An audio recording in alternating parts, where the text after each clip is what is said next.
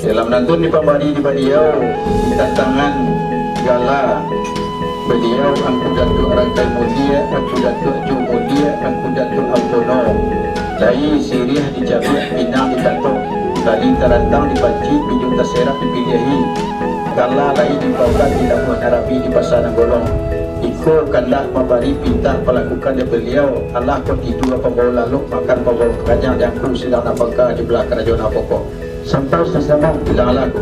rupanya nama jadi banas pasreman kabapih bagian di lampu pantang gala beliau bagi terantang kami panci pinjung terserap kami pilih harapannya karena kami bawakan di laku kami pasar Nanggolong tahu ketiga kemudian lalu panjang yang itu mana sawananya dalam sepanjang buah kebenaran kita sudah mampu sedangkan kurang tertampak pengukur sempurna tertampak kebenarannya isinya bananan terbuat alu